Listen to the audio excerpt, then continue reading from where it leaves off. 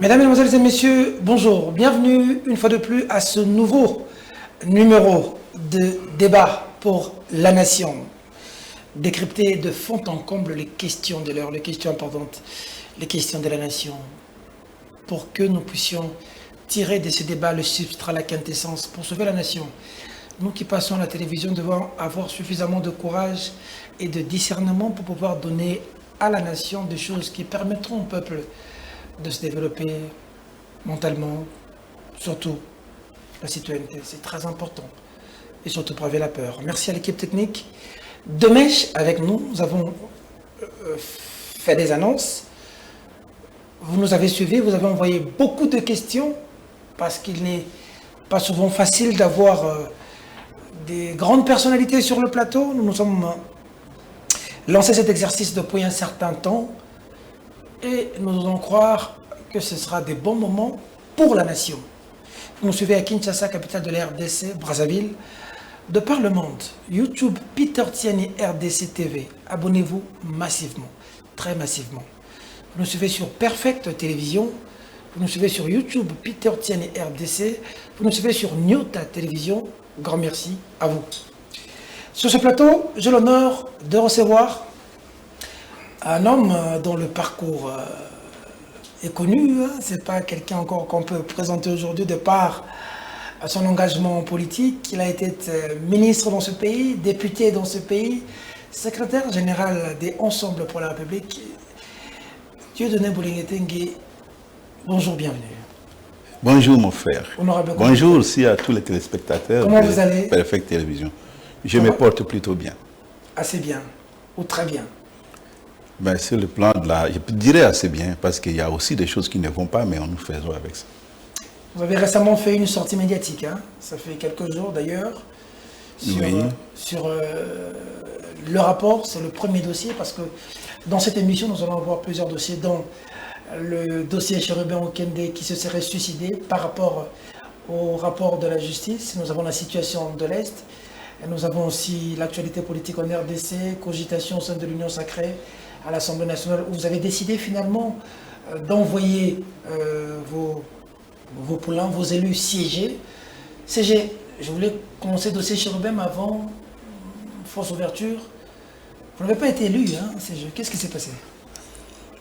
Non, mais vous avez dit que nous allions évoquer cette question après. Je n'ai pas été élu.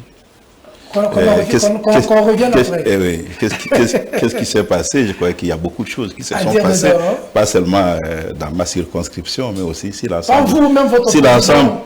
du territoire national. 4 coupures par Fatih Béton, 73%. On va y revenir. Oui, comme vous voulez. Je peux répondre à l'une ou l'autre question, éventuellement, si c'est... Parce qu'il s'agit d'une question vitale aussi pour la nation. On va y revenir, on va en parler aujourd'hui. Premier dossier. Votre collaborateur, porte-parole de Ensemble hier, mort. On a parlé d'assassinat hier. Aujourd'hui, on parle de suicide. Le rapport de la justice finale, rendu public par le procureur après la Cour de cassation, M. Vondé.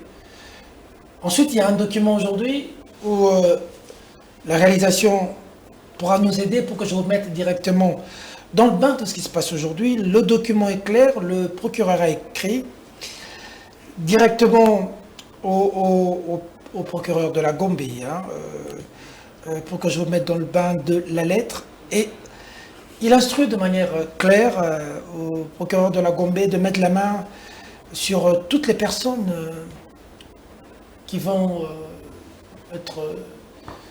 mal interpréter ce rapport. Alors, je vais lire la lettre du procureur pour que je vous donne des éléments. Monsieur le procureur de la République, près le tribunal de grande instance, il vous souviendra que le jeudi 29 mars 2024, avant ma communication sur la mort de M. Chérubin Okende, je vous avais instruit de porter à la connaissance de la famille de feu Chérubin Okende la conclusion convergente des rapports d'experts sur la cause de la mort du DQG, en mettant en primeur à sa disposition les pièces et autres procès verbaux relatifs à cette affaire. Vous m'avez par la suite informé de son refus de répondre à votre invitation. Je vous instruis dès la réception de la présente de tout entreprendre pour le leur notifier, même par voie d'huissier. De même, vous veillerez à indiquer lors de la dite notification l'adresse où est garé le véhicule où fut retrouvé le corps du DQG et à faire ressortir les adresses des experts.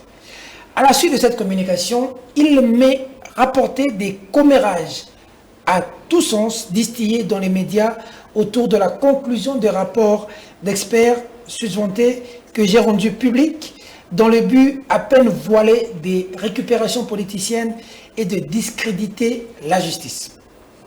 Face à ces allégations, je vous demande d'interpeller toute personne. Soyez très attentifs à ce moment, je vous demande d'être attentifs.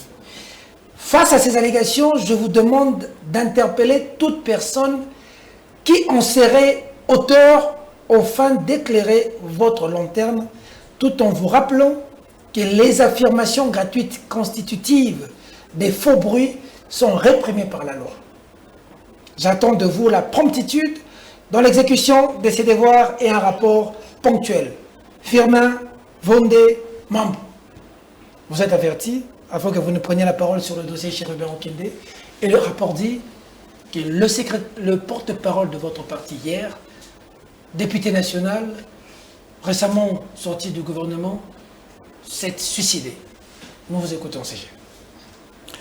Merci beaucoup. Je commencerai par faire un petit commentaire sur la lettre du procureur général près la Cour de cassation pour vous rassurer et peut-être les rassurer aussi, rassurer l'opinion, rassurer votre téléspectateur qu'ici, moi je ne vais pas verser dans des affirmations gratuites. Je n'ai pas l'habitude de faire des affirmations gratuites. Donc, nous allons nous exprimer ici en dehors de ce pourquoi le procureur général près la Cour de cassation demande au procureur de la République près le tribunal de grande instance de la Gombe de faire attention. Je ne suis pas dans les affirmations gratuites. La première chose que je voudrais évoquer, au vu de cette lettre, c'est que, au regard de la constitution de notre pays, dans notre pays, la justice est rendue au nom du peuple congolais. C'est le peuple congolais qui est souverain de ce pays et personne d'autre. C'est la première chose. Les arrêts, les jugements qui sont prononcés dans le cadre de la justice, ici on n'est pas encore en train de parler d'un arrêt, d'un jugement définitif. Il s'agit d'un rapport du ministère public. Les arrêts, les jugements sont exécutés au nom du président de la République, qui est le magistrat suprême de ce pays. Alors, donc, ceci déjà clarifie le fait que la justice n'appartient pas au parquet général près la Cour de cassation. Ce n'est pas la justice du procureur général près la Cour de cassation. Il faut que ce soit clair. C'est la justice du peuple congolais qui est rendue au nom du peuple congolais. C'est la justice qui doit nous garantir le vivre ensemble. L'idéal de vivre ensemble est assuré par la justice. Avant d'être un pouvoir, le pouvoir judiciaire, la justice d'abord ça. Les valeurs morales, éthiques que nous devons avoir comme idéal dans notre vivre ensemble sont incarnées par la justice. C'est ça d'abord l'entrée en matière. Comme ça, il n'y a pas d'égarement possible.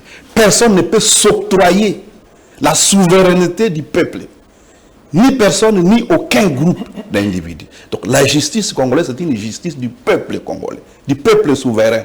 Ce n'est pas la justice de quelqu'un qui peut faire taire les autres en nisant ou en abusant des prérogatives qui lui sont données. Il faut que ce soit clair. Je voudrais bien que quelqu'un, peut-être que je demanderai à être reçu aussi par la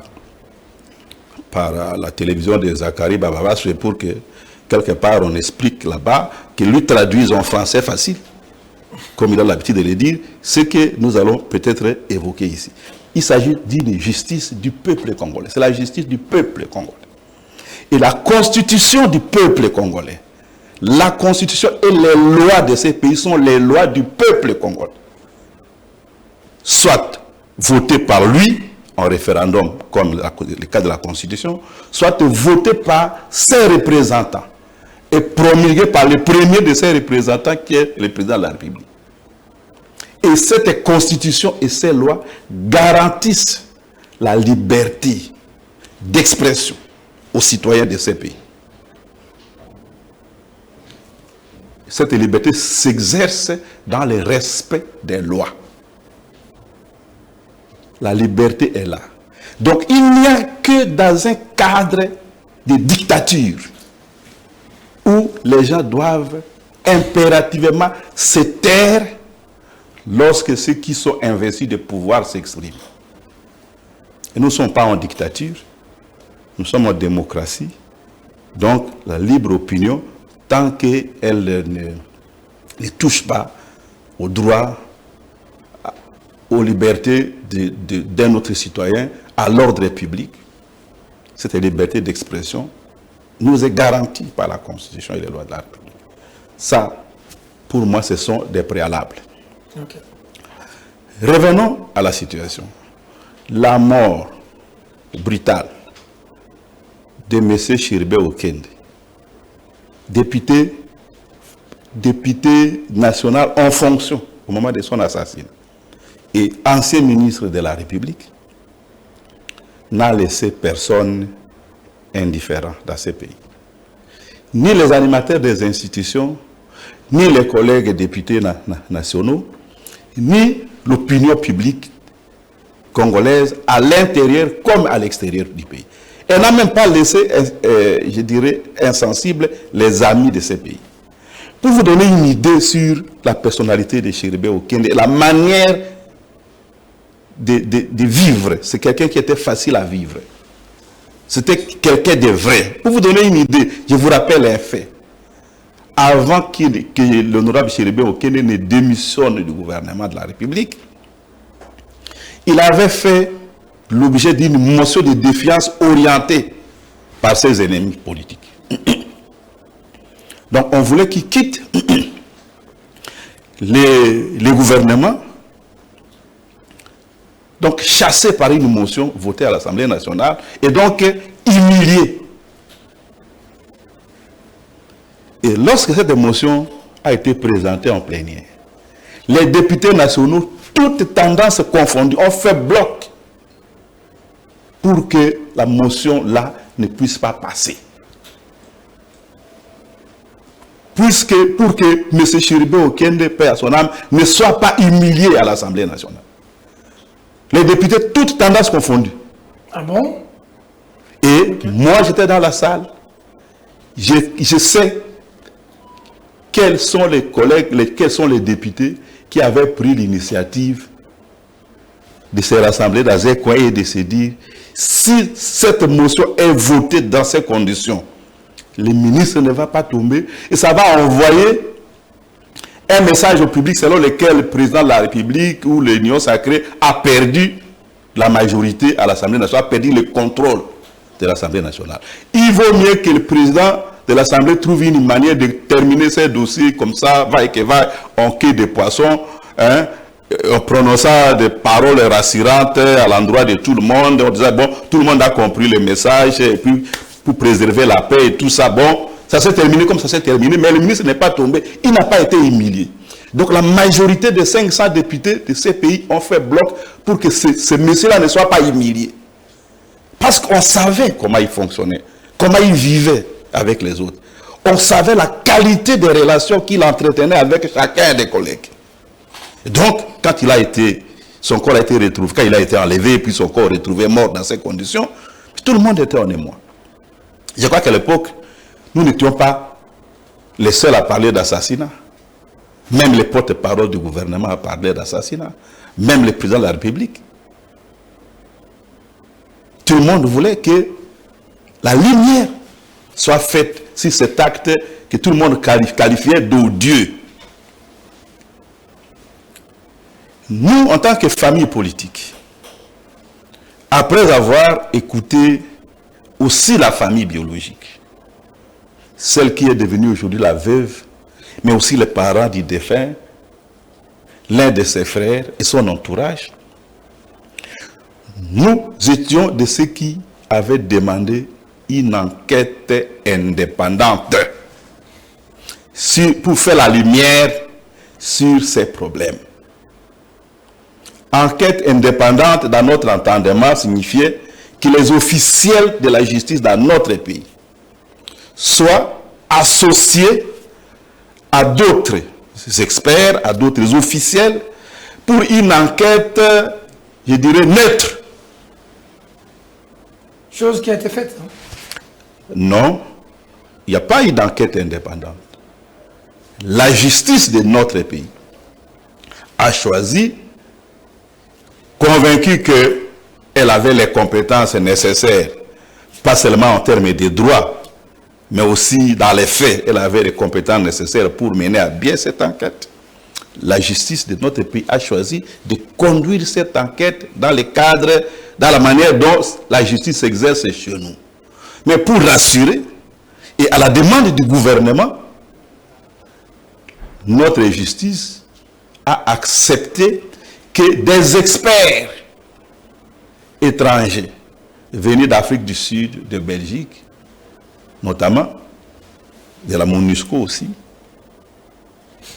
s'associent notamment à l'autopsie et peut-être à d'autres étapes qui n'ont pas été rendues publiques. Moi, pour l'autopsie, tout le monde était informé que bon, il y a des experts belges et sud-africains qui sont arrivés, la MONUSCO sera présente. Voilà. Alors, qu'est-ce qui a été constaté? Au-delà de toutes les déclarations que nous tous, nous avons faites dans les premiers jours, y compris le procureur général après la Cour de cassation, M. Vonde Firmin, qui a parlé le 13, le jour même où M. Okende a été retrouvé mort, et le 19. Au-delà de ces déclarations de premières heures, tout le monde s'était exprimé, lui aussi, moi aussi. Ça relevait peut-être des émotions qui nous accablaient tous. C'était par après un grand silence. Au vu du vécu dans notre pays, en matière de justice, en matière d'enquête, lorsqu'il y a mort violente, mort d'homme, le fait que les enquêtes n'aboutissent pratiquement jamais. Il y a des cas, des gens qui ont été fauchés dans les manifestations des rues ici. Des militants de l'IDPS qui ont été tués dans leur siège, brûlés. D'autres dont on a ramassé les corps sans vie à Lubumbashi. Il y a d'autres militants ici, d'autres manifestants qui ont été fauchés. Il y a, par exemple, il y a quelques mois, au mois d'août, je crois, l'année passée, des dizaines de compatriotes qui ont été massacrés à Lubumbashi par la garde républicaine. Les gens qu'on disait des Ouazalendou et consorts, femmes et enfants, tout ça. Là, vous voulez dire parler de Goma? De Goma plutôt. Hein? Vous avez suivi, les gouverneurs militaires parlaient de 6 morts d'emblée, donc allant dans le sens de minimiser l'affaire. Mais devant des images accablantes, filmées par la population, par des témoins, le gouvernement de la République a reconnu 43 morts. Mais posez la question aux acteurs de la société civile, ils vous diront que il y en avait plus. Mais les enquêtes sur cette histoire ont déjà donné quoi? Voilà. Fort de tout ça, de tout ce qui se passe dans notre pays lorsqu'il y a mort suspecte, nous avons demandé une enquête internationale. Nous n'avons pas une enquête indépendante, oui, internationale, pourquoi pas? Et nous n'avons pas obtenu cela. Donc, notre justice a choisi de mener à bien ces enquêtes en se faisant aider à certaines étapes ou à une certaine étape par des experts étrangers. Ce que l'opinion attendait, et j'aimerais bien que ça éclaire la lanterne de tout le monde, ce que l'opinion attendait, en tout cas celle qui nous est proche, ce que la famille attendait, ce que les avocats attendaient, c'était que notamment au terme de l'autopsie, qu'on dise ce qui s'est passé, les circonstances de la mort. Mais c'est grâce à l'autopsie, avec tous les éléments des experts, Oui. que le procureur finalement dit qu'il a... Mais les gens s'attendaient à ce qu'au terme de l'autopsie, l'autopsie n'attend pas les autres histoires, à ce que je sache. Les avocats qui étaient là, ce n'est pas des catéchumènes. Ce n'est pas des illettrés, c'est des gens qui défendent des causes dans ces pays. Les avocats qui ont accompagné la famille ont demandé les résultats, ne serait-ce que de l'autopsie. Pendant plus de 6 mois, le procureur général n'a pas accédé à cette demande. On se souviendra que la famille avait même été appelée, autorisée à récupérer la dépouille mortelle pour procéder à l'inhumation, sans qu'on lui dise quoi que ce soit sur cette autopsie-là. Je crois qu'on peut retrouver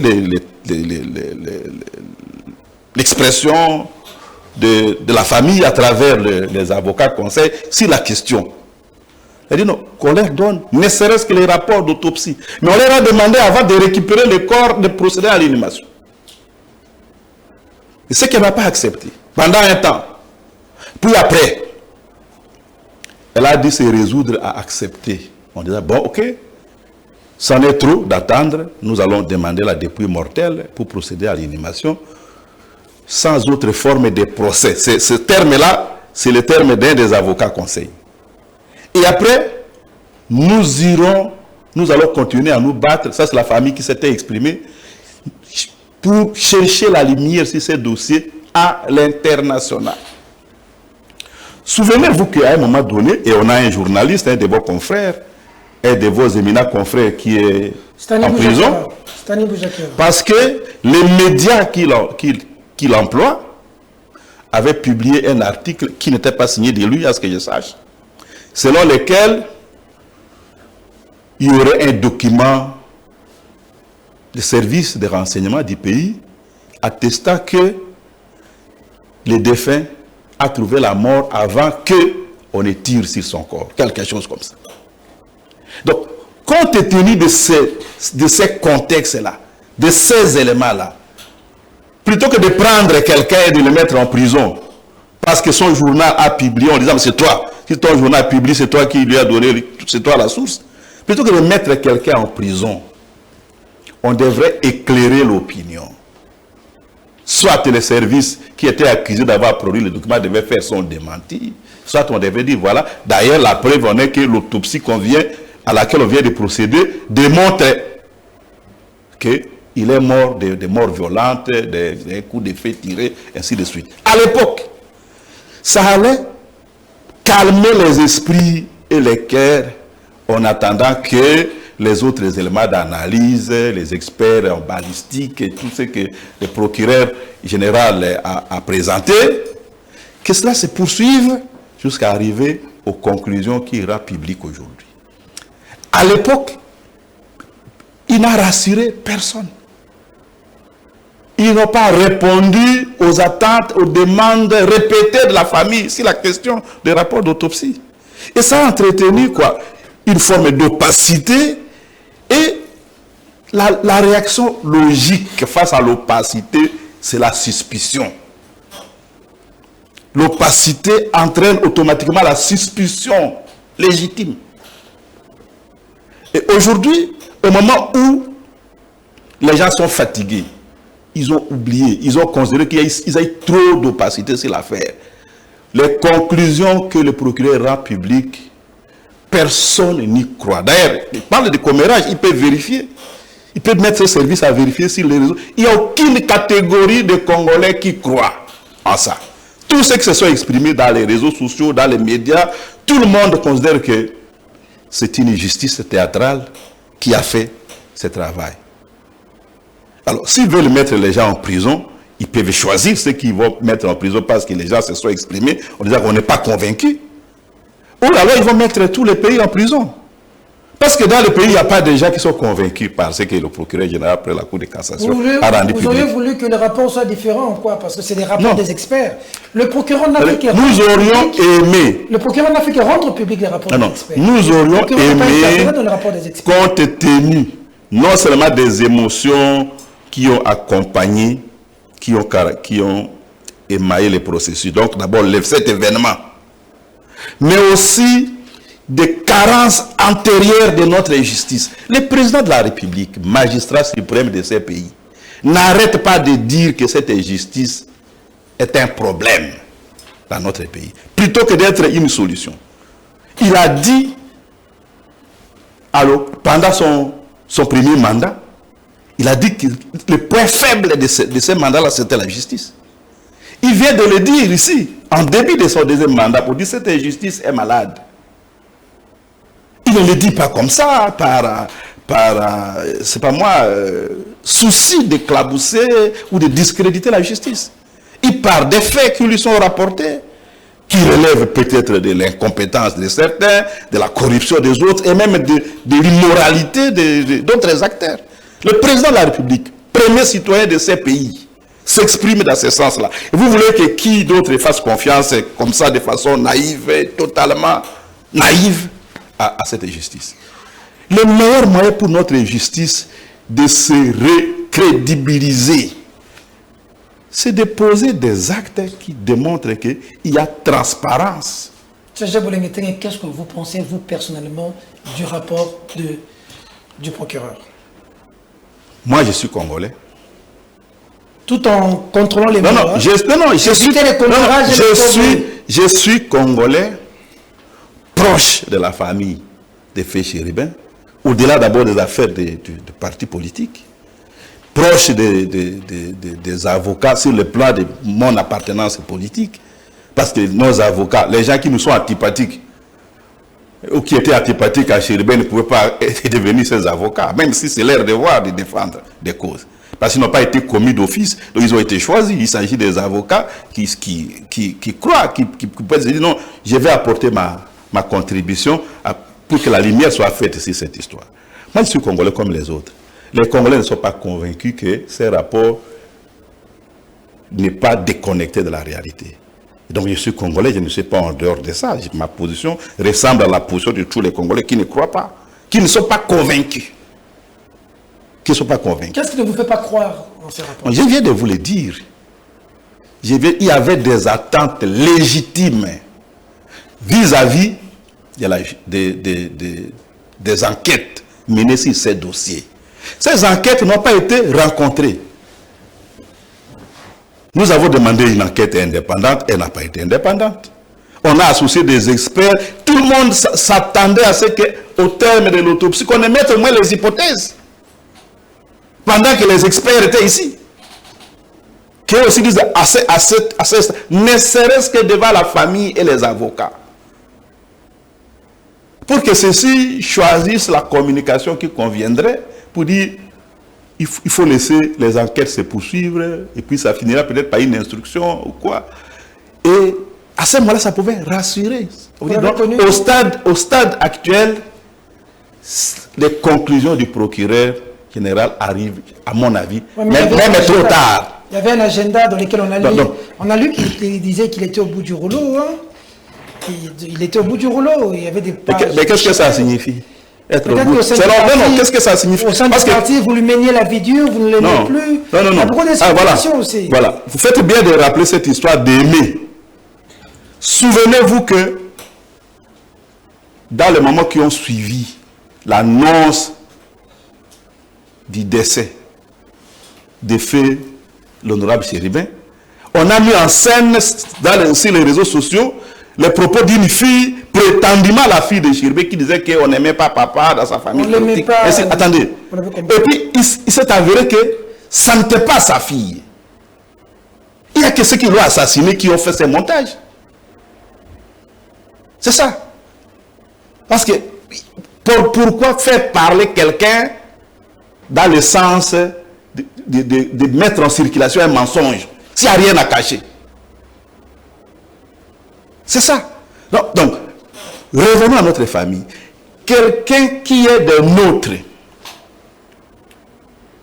qui est proposé dans la coalition à laquelle nous avons adhéré pour devenir ministre en notre nom, pour notre compte, et il le devient. Et il exerce ses fonctions de manière tout à fait correcte. La preuve en est que les députés ont refusé de le faire tomber. Quelqu'un comme ça, au moment où sa famille politique décide de quitter l'exécutif, de ne plus soutenir la suite du programme du gouvernement, il démissionne de ses fonctions. Il laisse ses fonctions, ses avantages liés aux fonctions, ainsi de suite, pour revenir dans sa famille politique. Par fidélité, par loyauté. Et il revient, il est nommé porte-parole du parti, parce qu'il y avait sa place. Quelqu'un comme ça, vous allez dire qu'on ne l'aimait pas. Quelqu'un que la famille a proposé sur un nombre limité de personnes pour aller au gouvernement. Et qui n'a pas déçu. Et quand il quitte le gouvernement, il revient dans sa famille. Et sa famille le nomme délégué général en charge de la communication du parti, porte-parole du parti. Mais quelle autre preuve vous allez chercher qui démontre qu'il était chez lui, à notre parti, bien à sa place? Le régime Tshisekedi lui en voudrait quoi? Qu'est-ce gagnerait Tshisekedi? Non, nous n'avons pas... Non, nous n'avons jamais dit... Nous n'avons jamais incriminé quelqu'un. Mais nous avons demandé que la lumière soit faite. Elle vient d'être que les enquêtes soient menées dans la transparence. Non, aujourd'hui nous avons une conclusion. Il faut que les choses soient claires. Nous avons une conclusion d'une enquête menée dans l'opacité parce qu'à intervalles réguliers, la famille, les avocats allaient demander quelque chose. Ne serait-ce que par souci de solidarité, pour accompagner les gens qui étaient meurtris. On pouvait leur donner des informations qu'ils cherchaient. On ne l'a pas fait. Et on les a fatigués. Et ils se sont fatigués. Ils l'ont exprimé sur la place publique. Ce n'est pas moi qui le dis à leur place. Ok. Voilà. Le parti, maintenant, vous faites quoi? Déjà, Chérubin meurt. On ne sent pas les partis. On n'a pas senti les partis. Vos gens en prison, on ne sent pas les partis. Aujourd'hui, il y a un rapport. Le parti, vous faites quoi? On vous reproche un peu d'être amorphe, hein, vous ensemble, de tout ce dont vous êtes victime. Et vous, le parti, et votre président. Non. Amorphe. C'est l'actisme qu'on voit dans le Nous sommes dans une démocratie. Et on accuse le nous sommes dans une situation. Nous sommes dans une démocratie. Et les gens ont la liberté de nous qualifier comme ils l'entendent. Ils peuvent nous qualifier d'amorphes. Nous n'allons même pas chercher à ceux qui nous le démontrent. Mais nous considérons seulement que, au regard de la situation de notre pays, si on mène une enquête aujourd'hui dans le pays, même ici dans la ville de Kinshasa, pour demander aux gens, est-ce que vous êtes satisfait de votre sort? Je crois que la majorité répondra non. Les enfants vont à l'école. Certains obtiennent les diplômes sans avoir réussi. Pour la première fois dans l'histoire de notre pays, des gens qui ont été proclamés comme ayant échoué à l'examen d'État ont réclamé, on les a proclamés comme ayant obtenu les diplômes d'État. Deuxième session. Mais la deuxième session normale, on passe à un autre examen. Là, ils ont été proclamés sans examen de deuxième session. Proclamés par décision unilatérale de quelqu'un, décision... Jamais vu. Voilà. Donc une école qui avait échoué... Oui, voilà. Donc, vous allez voir la question. Il y a aujourd'hui peut-être 20 000 médecins que l'État est censé payer. Les 3/4 circulent ici à Kinshasa. Il y a des hôpitaux ici, des dispensaires avec des dizaines, avec des centaines de médecins. Certains ne mettent même pas les pieds là-bas, mais ils sont payés par l'État. Alors qu'en brousse, il y a des carences, il y a des manques. La question de prix des denrées alimentaires, le panier de la ménagère, le coût de la vie, je ne vais pas parler à la place des gens. Mais regardez l'insalubrité. Notre ville ici, pas seulement celle-ci, la plupart de nos villes ressemblent aujourd'hui. Chaque ville est comme une poubelle, comme une décharge. Le président en Turquie, nous vivons... Il était en contact avec le partenaire. Non, ça c'est autre chose. En attendant la sous-traitance, parce que finalement on va sous-traiter tout. On parlera de la sécurité, on sous-traite la sécurité. On a appelé l'armée ougandaise, ça n'a pas donné de solution. On a appelé l'EAC, ça n'a pas donné de solution. Maintenant, on a appelé la SADC. Donc, tout en faisant défiler déjà pour dire que l'armée ici est montée en puissance, mais là où on est confronté à l'insécurité, on fait sous-traiter les travail. On demande aux étrangers de venir nous défendre. Regardez l'insalubrité dans la ville. Nous vivons comme dans une décharge à ciel ouvert. Décharge publique. Partout, c'est la saleté. Mais qui dit saleté dit maladie. Parce qu'en troisième primaire, on nous a appris la propreté est la première règle de la bonne santé. Donc la saleté est exactement le contraire. C'est la première règle de la mauvaise santé. Il y a assez de raisons qui montrent que les choses ne vont pas dans la bonne direction. Et la seule alternative à ça, c'est qui? C'est nous. Alors, nous sommes bien obligés... Vous qui ensemble? Nous, oui. Ensemble, l'opposition républicaine. Nous sommes bien obligés de demeurer réfléchis pour construire cette alternative-là. Oui, mais trop une alternative crédible. Trop de réflexion tue l'action, CG. On ne vous voit pas sur terrain, vous n'êtes pas là. On fait un rapport sur Chérubin, où êtes-vous? Non, la plupart... Arrête Mike, où êtes-vous? Non. Salomon meurt en prison, où êtes-vous? Non. Vous êtes dans le bureau climatisé, vous êtes sur les Twitter. Non. Mais vous n'êtes pas dans la rue. Avant l'arrestation de Salomon, il était ici à Kinshasa. Il a été arrêté à l'aéroport d'Enjil. Oui. Il était ici à Kinshasa. Il a manifesté. Ça, c'était une manifestation. Non, il a manifesté ici. Oui. Bien sûr, mais c'est notre pays à nous tous. À l'époque, à l'époque, nous avons... seul. Pour le moment,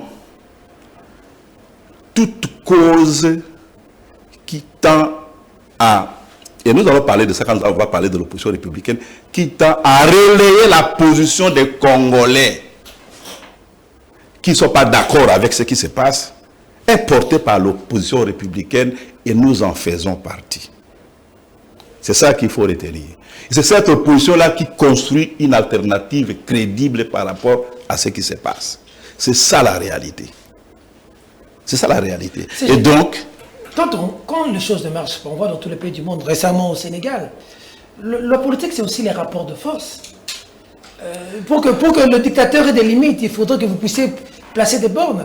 Quand il n'y a pas de rapport de force, quand on vous arrête, tout cela... On va en parler à la fin, on arrache même vos résultats. Non. Mais c'est des Français s'il vous plaît. Tout cela se construit. Tout cela se construit. Ça veut dire? Tout cela se construit, tout cela s'organise. Vous savez, nous venons de sortir d'un processus électoral chaotique avec toutes les conséquences que cela a eu sur les appareils politiques. C'est un peu partout que vous voyez maintenant que les organisations politiques s'expriment sur des problèmes vitaux concernant la nation. Et nous les faisons également. Nous ne sommes pas tus depuis la fin des élections. Et le reste, il faut attendre. Les manifestations pacifiques, publiques, sont autorisées par la Constitution et les lois de notre pays. Et j'ai justement animé une réunion dans notre parti, présidé une réunion au cours de laquelle nos élus, nos cadres et hauts cadres ont dit nous allons manifester, nous allons organiser des manifestations, et c'était dans ma communication que vous avez évoquée tout à l'heure. Vous avez promis. Pour montrer que nous ne sommes pas d'accord avec ce qui se passe, nous avons besoin d'une justice qui rassure. Parce que c'est ça le seul recours qu'on a. Le pouvoir législatif est là pour légiférer, pour produire les lois. L'exécutif est là pour les mettre en pratique, pour les exécuter. Mais il se fait que dans toute œuvre humaine, il y a des ratés. Et quand les lois ne sont pas bien appliquées, il faut un recours. Et c'est la justice. Et si la justice est malade, le chef de l'État lui-même l'a dit, il n'y a pas de raison de se taire. Donc nous allons manifester. Ce n'est pas parce qu'on n'a pas manifesté hier qu'on ne va pas manifester demain. Vous allez demain. manifester quand? Ben, restez à l'écoute. Non, vous êtes vous représentez un média important. Je crois que vous êtes un des canaux à travers lesquels nous communiquons avec le public. Tout à fait. Dès lors qu'on n'a pas encore fixé des dates, vous avez lu ma communication d'il y a 48 heures. Vous avez promis qu'il y a bougé, mais juste voilà. Donc, dès lors qu'on n'a pas encore fixé des dates, moi, je ne veux pas la fixer de façon unilatérale. Ça doit s'organiser et on va manifester. Mais pendant il ne suffit pas. Chérubin va être enterré d'ici là, ce mois. Donc, avant, pendant, après, tant que la lumière n'est pas faite sur ces cas, nous allons continuer à dire que nous sommes en quête de la vérité. Nous allons l'exprimer par tous les moyens que la Constitution et les lois de la République autorisent. Voilà ce qu'il faut retenir. Que pensez-vous de ceux qui disent qu'Ensemble est un parti, contrairement à l'UDPS, qu'on peut imposer des choses, ils vont acquiescer parce qu'ils sont pacifistes? Du président aux membres en passant par les cadres. Tout d'abord, être pacifiste, ce n'est pas un défaut. Être pacifique, ce n'est pas un défaut. C'est une vertu. C'est une vertu. Nous voulons un jeu démocratique sain. Nous ne voulons pas recourir à des voies de faire du banditisme, casser les biens d'autrui. Non, on n'est pas dans ce schéma-là. Nous avons choisi d'être des démocrates, de travailler dans le respect des lois du pays, de nous exprimer avec les instruments légalement reconnus. Ça peut ne pas nous être utile aujourd'hui, mais il n'y a que comme cela qu'on peut construire un État où on peut vivre digne. Sinon, on sera comme dans une sorte de jungle, tout le monde dans la voyoucratie, et tout ça. Nous, on n'est pas dans ce schéma-là. On n'est pas dans ce schéma. Nous préférons rester réfléchis, formés à la conscience civique et la prise de conscience des citoyens de ces pays. C'est ça qui va aider à relever ces pays. Contrairement à ce qu'on parle. Regardez ce que nous vivons. L'UDPS, ce n'est pas pour les critiquer négativement, j'ai beaucoup de respect, surtout pour la mémoire du patriarche Étienne Tshisekedi. Parce que moi aussi, je fais partie des gens qui ont grandi dans ces pays et des gens qui l'ont fait rêver, qui ont bougé, qui ont manifesté, qui l'ont suivi pour qu'il y ait la démocratie dans les pays. On a beaucoup de respect pour lui, pour son héritage. Mais vous savez quoi? L'UDPS a pris l'habitude de manifester dans la rue de façon parfois violente. Vous constatez que même au pouvoir, ils manifestent toujours. Il n'y a pas longtemps qu'ils ont brûlé des punaises devant les ambassades ici. Parce qu'ils ont une base. Hein? Non, ce n'est pas un problème d'avoir une base. C'est eux qui sont au pouvoir, qui sont censés combattre là-bas.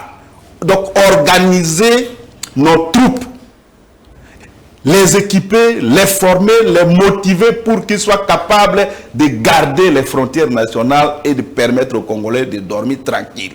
Tous les États qui nous entourent sont capables de ça, sauf nous. Ce n'est pas en brûlant de punir devant les ambassades qu'on récupère Bounagan.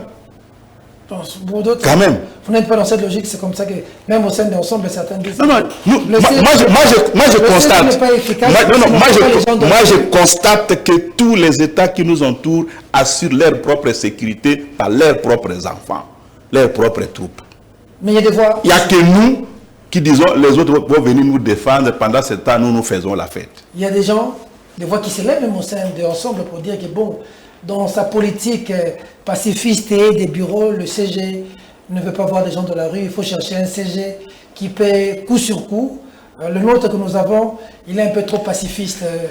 Il faut chercher quelqu'un qui a les sons chauds pour qu'on soit dans la rue. Celui que nous avons là maintenant. Je viens de vous expliquer qu'il s'agit d'un choix des démocrates, d'un choix de combattre dans le respect des lois.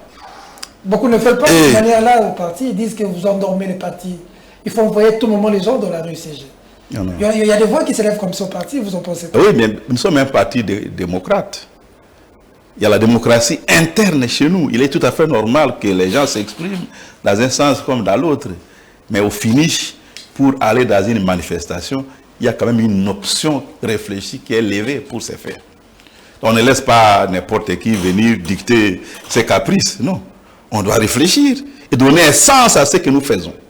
C'est ça notre marque À la famille des chérubins, qui nous suivent, vous dites quoi? J'étais là hier au week-end. Je ne vais pas dire à la télévision dans quel état le papa de chérubin et la veuve, son épouse, sont. J'étais avec eux hier. C'est horrible. Je ne sais pas si vous le ce qui vient, oui, ce qui vient de se passer, contrairement à ce que le procureur général demande, de faire taire les gens. Les avocats ont demandé de lever copie. Nous avons demandé que les barreaux auxquels ces avocats appartiennent puissent les autoriser à s'exprimer. Comme ça, avec des arguments de droit, ils vont rencontrer les hasardeuses conclusions qu'on veut nous faire avaler par la force. Il faut que les gens avalent. Celui qui refuse d'avaler, arrêtez-les, poursuivez-les. Nous demandons que les barreaux auxquels les avocats conseillent qui accompagnent la famille dans ces dossiers les autorisent à s'exprimer. Comme ça, il y aura des arguments de droit en face des conclusions de droit des procureurs. C'est ça qu'on demande. Nous voulons que la lumière soit faite. Très bien. Les conditions d'opacité dans lesquelles les choses se sont faites, pendant que la famille demandait à savoir, ne permettent pas de faire confiance aux conclusions, parce que les prémices n'étaient pas bonnes. D'accord. Donc c'est ça la situation. Et donc, et la famille biologique, et la famille politique, et tous les Congolais épris de justice restent dans l'attente. Ils se disent, la procédure dans notre système judiciaire est arrivée à son terme, qu'on rende les copies de ces dossiers, tout ça, les données d'experts, comme le procureur l'a dit, à la famille, mais que les experts étrangers aussi, qui n'ont plus de raison de garder par devers eux les conclusions de leur travail, qui est aussi public. Qui rendent public. Qui rendent aussi public ce qu'ils ont fait. Comme ça, on va voir qu'il s'agit de la même chose. C'est la transparence qui va rassurer tout le monde et ramener tout à la paix. Tant qu'il n'y a pas cette transparence-là, la famille va continuer à demander justice. Et nous, l'autre famille, la famille politique, nous allons continuer à demander justice. On ne va plus la demander ici.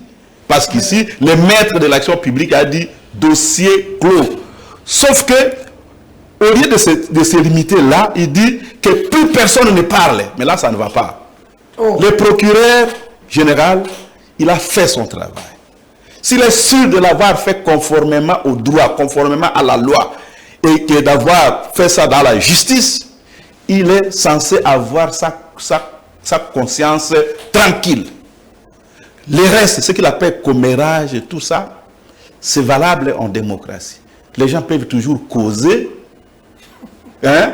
C'est ça la démocratie. Mais quand il est tenté de les faire taire, c'est qu'il n'a pas sa conscience tranquille. C'est qu'il n'a pas sa conscience tranquille. Si moi j'ai fait, même quand j'étais élève et étudiant, j'ai fait mon examen.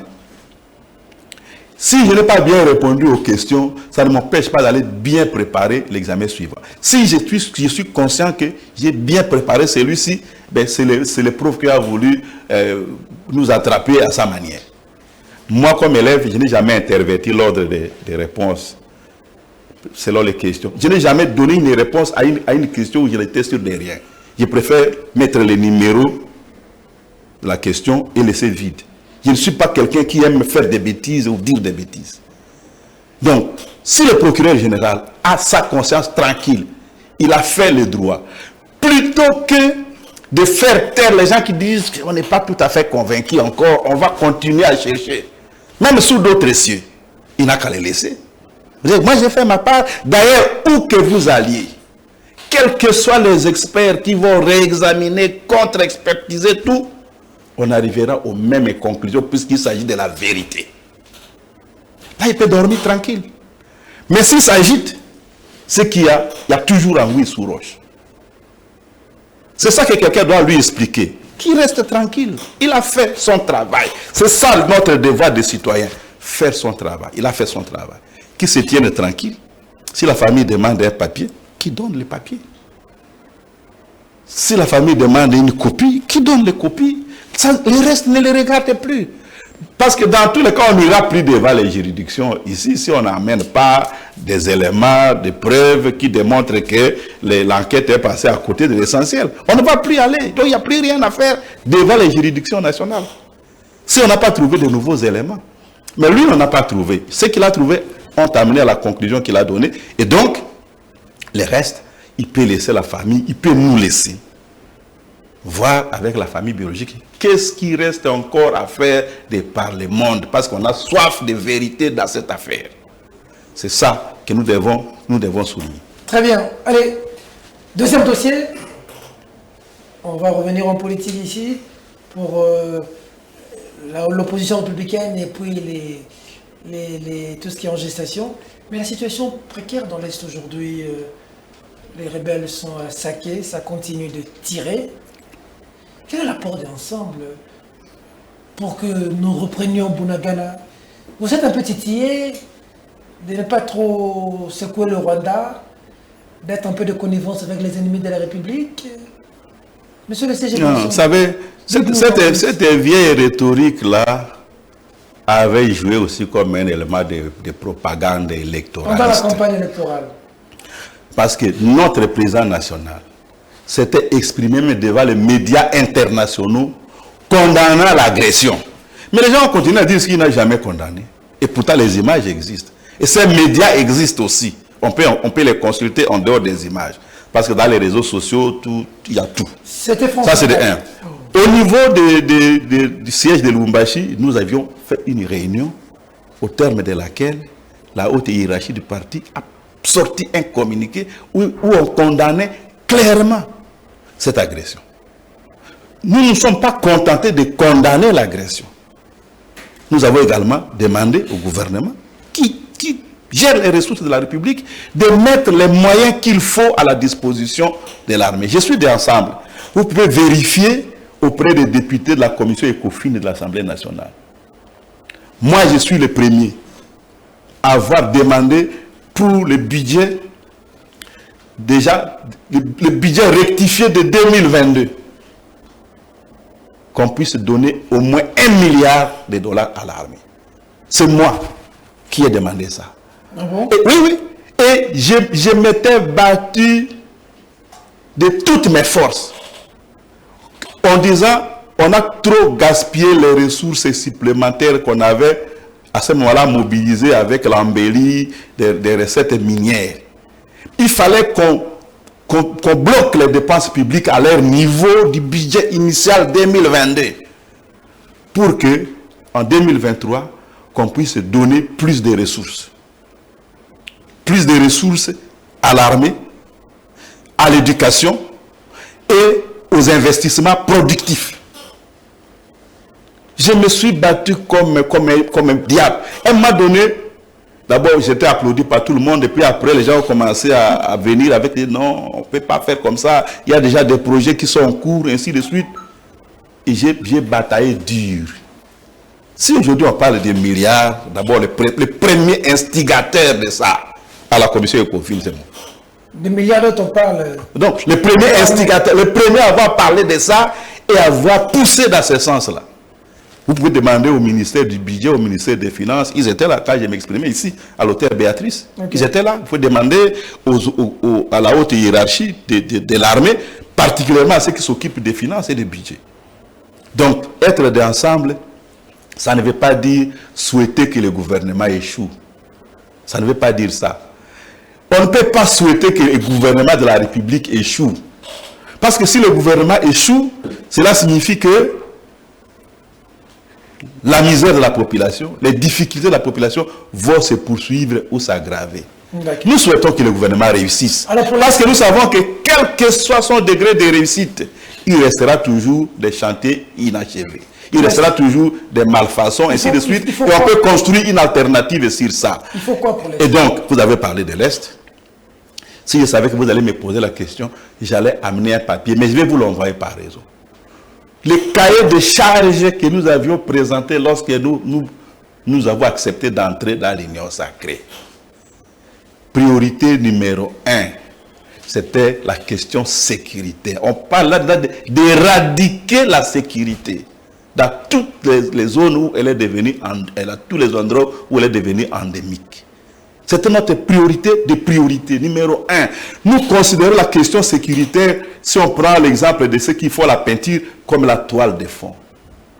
Avant de peindre ce qu'on veut peindre dans les tableaux là, on met d'abord une couche générale. La sécurité, c'est le préalable numéro 0. Avant même la première priorité. C'est avant la première priorité. Mais c'était la priorité des priorités.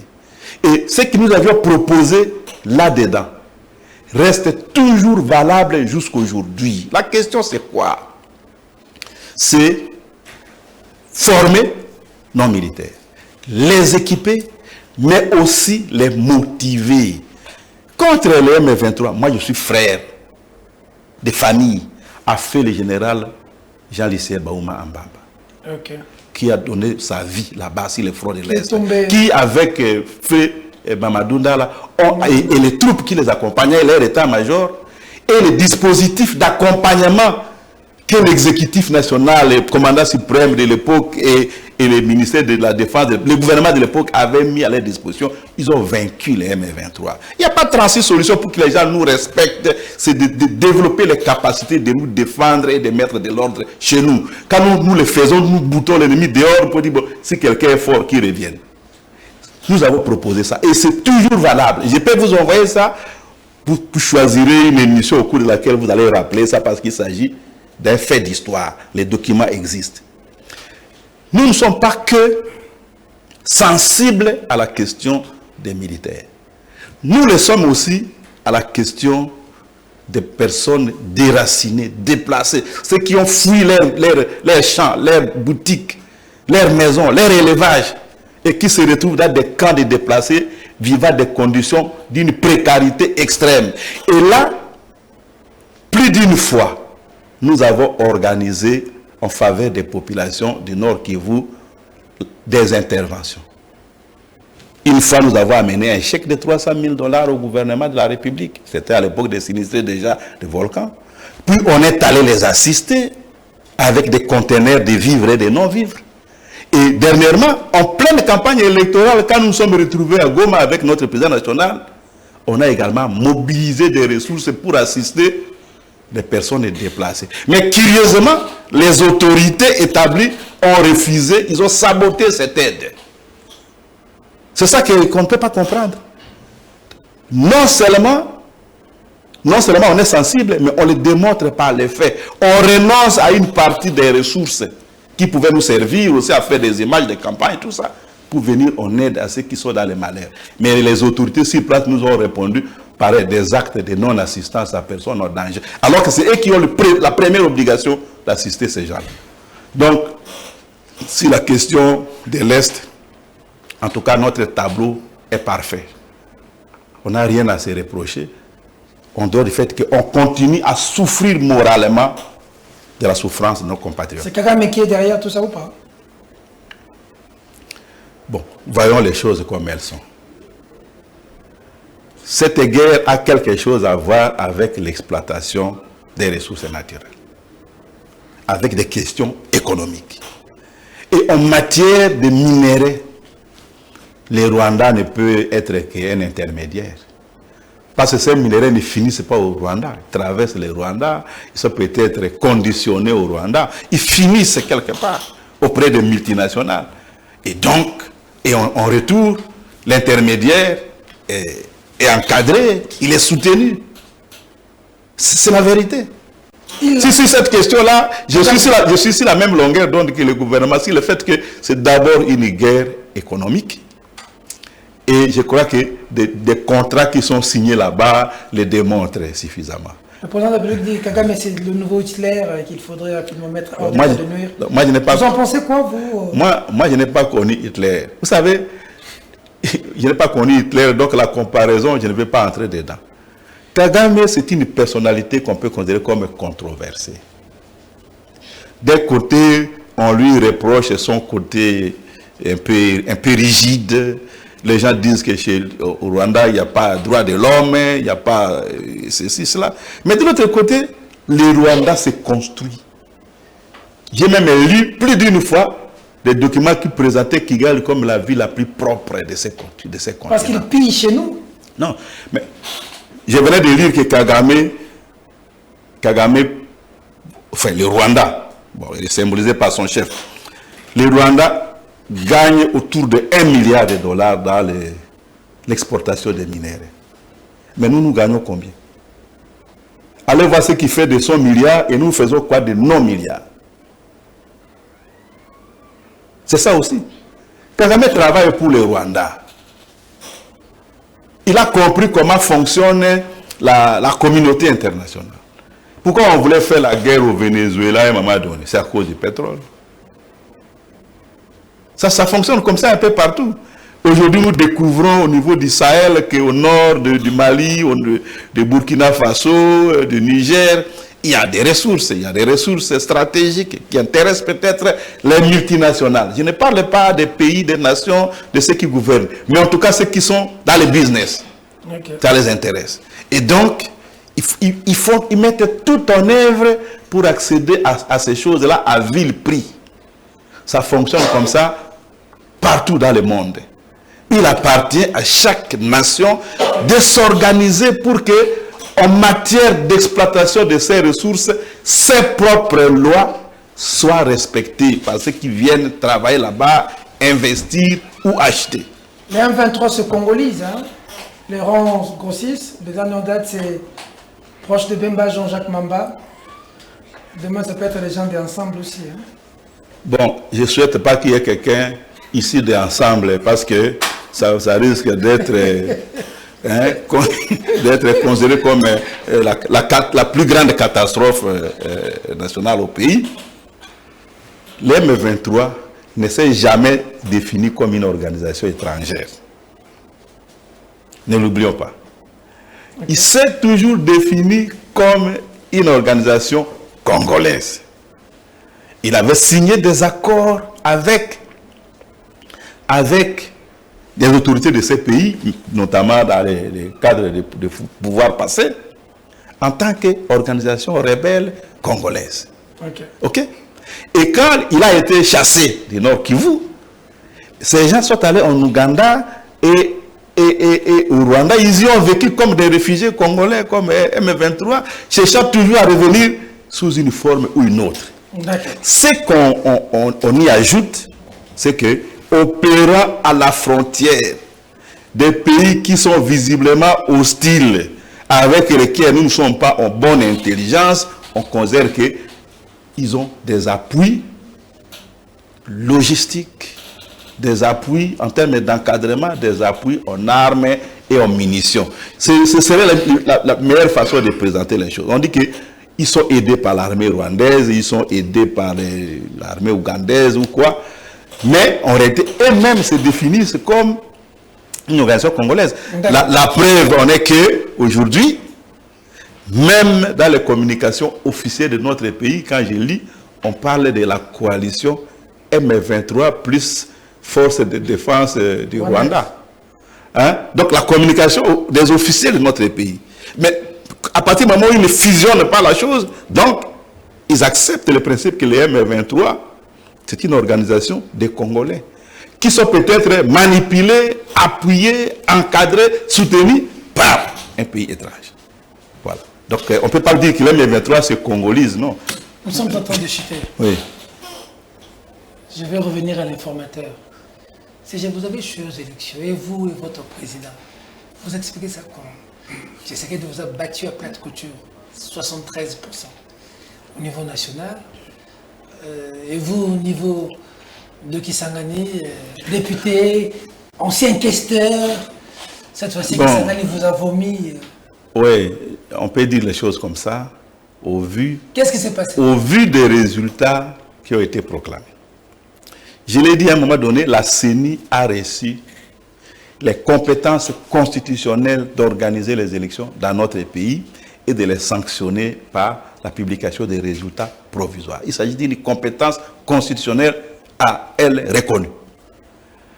Les cours et tribunaux aux différents degrés, la cour constitutionnelle, les cours d'appel, tout ça, ont reçu également les compétences de publier les résultats définitifs. Ils ont de ces compétences, ils ont produit les résultats que nous connaissons. Oui, si on se limite à ça, on va dire oui, nous avons échoué. Mais la réalité est quoi? Est que la CENI a abusé de ses compétences constitutionnelles et légales. Et elle a fait en toute impunité. Les élections devaient être organisées le 20 de 6h à 17h, le 20 décembre, pendant 11 heures. Ici même à Kinshasa, où on a le siège national de la CENI, il y a des centres où les machines à voter sont arrivées presque à la nuit. Les gens ont commencé à travailler d'ici la nuit. On a dit aux gens, revenez demain. Et quand ils sont revenus demain, non, il n'y avait plus rien. Donc, les gens de la CENI étaient assis devant des machines, ils faisaient ce qu'ils voulaient. Tout le monde sait, par un rapport de la CENI, et communiqué de la CENI, publié par la CENI, qu'il y a des gens qui ont détenu illégalement des machines à voter. Que la CENI n'a jamais annoncé avoir perdu par un acte de vol quelque part. Des milliers, peut-être des dizaines de milliers de machines à voter. Et jusque-là, personne n'est appréhendé, personne n'est jugé, personne n'est poursuivi. Ça veut dire quoi? Ça veut dire que la CENI a agi pour les besoins d'une certaine cause. C'est clair. Gentilly a été poursuivi. Non. Les autres? Non, tous les autres, Gentilly, c'est combien de personnes par rapport à tout ce qui a été cité? Il y en a qui ont été cités et qui n'ont jamais été même dans la liste. La CENI a promis une liste plus longue encore. Elle ne l'a jamais publiée. Elle a préféré publier les résultats. Parce que dans cette liste-là, il y avait des noms. Si on les publiait, ce serait comme une sorte de catastrophe nationale. Donc la CENI a abusé de ses missions constitutionnelles. Les élections organisées, que valent les élections organisées où les machines à voter qui étaient en marche le 21 pour produire des votes, le 22, le 23, le 24, le 25, non, attendez, le 25, le 26, non. C'est des résultats que vous avez finalement acceptés parce que vous avez envoyé vos députés dedans et vous ne figurez pas. Voilà, tout à l'heure. Vous me rejoignez dans ce que j'ai dit. Il y a eu des guerres dans ces pays. Ces pays étaient coupés en morceaux avec plusieurs gouvernements à Isiro, à Gbadolite, à Goma, à Kinshasa, à Beni Butembo là-bas, ainsi de suite. Ces pays. Et il y a eu un laborieux processus de négociation en Afrique du Sud qui a abouti à un pacte républicain qui nous a amené à la constitution actuelle et aux lois actuelles. Beaucoup, ceux qui ont la mémoire courte l'ont peut-être oublié. Et ce pacte républicain veut que ce n'est que par la voie des urnes qu'on peut conquérir le pouvoir. Si on quitte ce schéma, on rentre dans le schéma M23, Alliance Fleuve Congo, on prend les armes. Mais les gens avaient pris les armes et puis on a dit non, plus jamais ça. Mais aujourd'hui, nous venons de vivre un processus électoral très chaotique. Mais nous disons, en dépit de tout ça, il faut continuer à faire preuve de bonne foi et à rappeler à nos compatriotes que nous avons intérêt à faire en sorte que le processus électoral soit quelque chose qui rassure tout le monde. Lorsqu'il était question de valider M. Ronsard comme président de la CENI, puis on l'a écarté. Lorsqu'il était question de le faire aussi avec l'actuel président, au niveau de l'Assemblée nationale, j'étais encore député en fonction, je disais aux autorités, attention, la CENI, c'est comme l'équipe nationale de football. C'est comme les FARDC. Tous les Congolais ont des yeux sur ça. La nation a un attachement au FARDC, à l'équipe nationale des léopards, à la CENI. Ça fait partie des symboles de cette nation. Au-delà de l'emblème qui flotte, Dans le concret, regardez quand les léopards gagnent un match décisif. Vous quittez votre bureau ici, vous voyez les enfants dans la rue. Personne ne les a appelés. Ils viennent exprimer leur joie. Si les FARDC remportent une... Vous voyez comment Mamadou Ndala a été célébré. Jean-Lycée Baouma. Parce que les gens sont attachés à une certaine fierté nationale. Mais ce que la CENI nous a fait, nous a ridiculisé aux yeux du monde. Personne n'est sorti grandi de ça. On n'a pas vu dans les rues de Kinshasa les gens réclamer la victoire. Si réellement vous avez élu, on aurait pu voir des gens sortir de les rues pour dire on nous a non, le problème c'est quoi? Mais on n'a vu personne. Non, le problème c'est quoi? La loi c'est la loi est dure. Non. Un stade plein. La loi est dure. La loi est dure. Le peuple a fait son choix. Non. Les stades Martyrs c'est 80 000 personnes dans une ville de 2 millions de personnes. Oui, bien sûr. La loi est dure, mais c'est la loi. Pour aller devant la justice, il faut des preuves écrites. Et la CENI peut vous dire qu'elle n'a pas donné des PV aux gens. La CENI savait ce qu'elle faisait. La CENI nous a mis dans une situation... Pour réclamer votre victoire. Non, nous ne pouvons pas parler de victoire dans ces conditions. Parce qu'il n'y avait même pas de victoire à proprement parler. Okay. Si on avait proclamé les résultats du 20 décembre, ce serait autre chose. On aurait gagné. Largement. Si on a continué à utiliser les machines pour produire des votes les 21, les 22, 6 jours de plus. Vous croyez que c'était pour faire quoi? C'était pour avoir les chiffres voulus et qui sont des chiffres tout à fait ridicules. Nous ne sommes pas dans l'URSS ici, l'ancienne URSS. Vous avez été gommé par la CENI, vous, au niveau de la Chopo? Vous dites? Vous avez été gommé par la CENI, vous? Parce qu'il y a quand même des députés d'ensemble. Je suis en train de... Il y a quand même une vingtaine d'ensemble, quand même. Non. Qu'est-ce qui s'est passé avec vous? Non. L'affaire des députés d'ensemble, il y a quelques exceptions. Mais en règle générale, on a voulu réduire le leadership de Moïse Katumbi à l'espace de Katanga. Alors que pendant la campagne, il avait déjà fait la démonstration que dans tous les pays, il était accueilli et attendu de la même manière. Mais dans ces résultats, on a considéré que si même au Katanga, on ne lui donne rien, ça va paraître un peu trop aux yeux du monde. Et on a bricolé cette histoire-là. C'est tout. Non, mais comment voulez-vous que vous réussissez pendant que Fatih est sur terrain avec ses lieutenants? On vous reproche... Aujourd'hui, vous savez quoi? Aujourd'hui, on peut dire que le président de la République, Félix Antoine Tshisekedi, n'a pas la légitimité dans les cœurs des Congolais qui auraient pu voter autre chose, qui ont voulu des changements.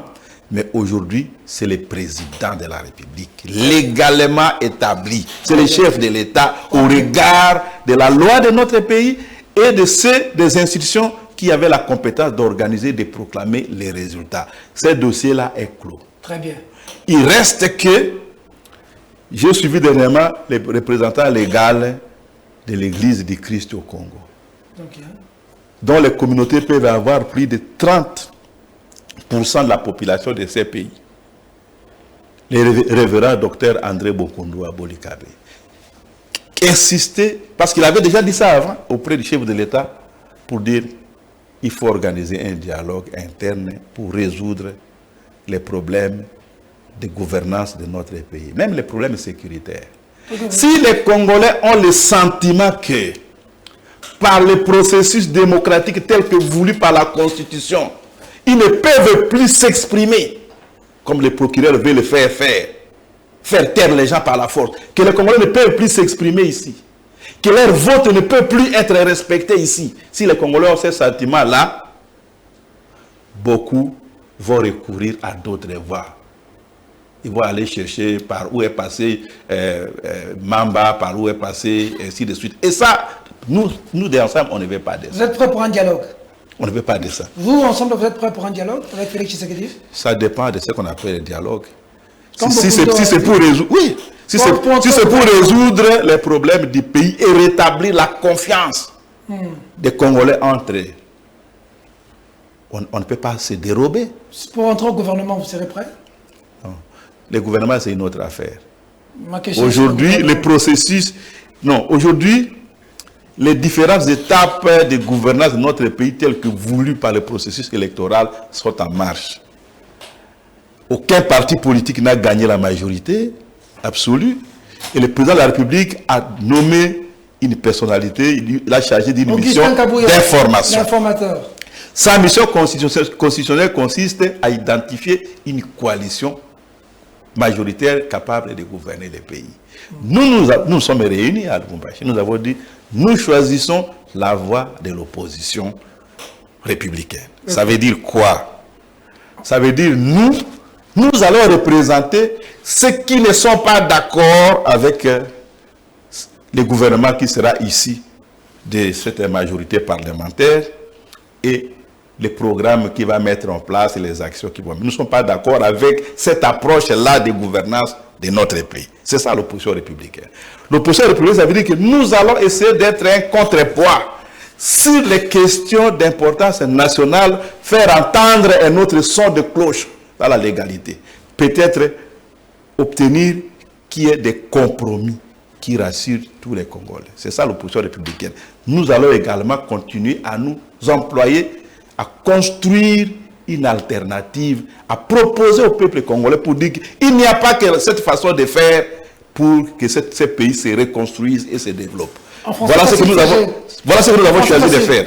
Vous allez entrer au gouvernement, oui ou non, si l'informateur vous invite? Non. L'informateur nous a invités. Vous êtes allé?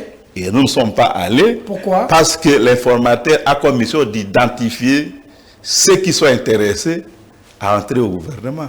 Et nous avions déjà prononcé, au moment où il nous a invités, nous étions déjà prononcés que nous entrons dans l'opposition républicaine. Vous savez, le pays n'a pas besoin d'unanimisme, de pensée unique. Vous n'êtes pas au gouvernement? Non, nous ne sommes pas dans le gouvernement, nous sommes dans l'opposition. Nous sommes dans l'opposition. Porte-parole du gouvernement, porte-parole de l'opposition, ça vous intéresse? Porte-parole de l'opposition, ce n'est pas un problème de nous intéresser. C'est un problème d'appliquer la loi. On veut que l'opposition ait quelqu'un qui soit son représentant officiel. C'est la loi qui le dit.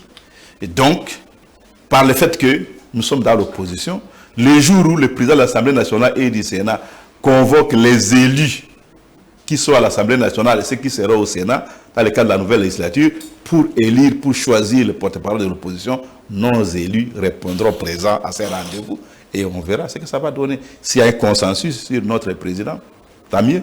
S'il n'y a pas un consensus, s'il y a un vote, tant mieux, parce que les deux possibilités sont prévues par la loi.